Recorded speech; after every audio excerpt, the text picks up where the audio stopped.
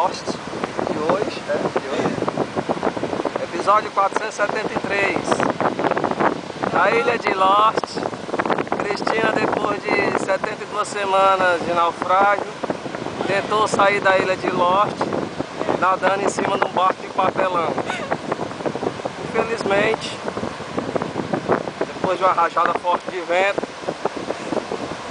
o pobrezinho do barco desmanchou. Uma ilha deserta, sem nenhum habitante, somente ela, com a cara de pastel, achando que não tem ninguém ao seu redor. Quando de repente a gente menos espera e se vira, vê essa fila de gente, a gente não tá perdido, a gente tá. Ih, eu vi essa mulher, é a Bia, Vixe Maria, e aqui sou eu.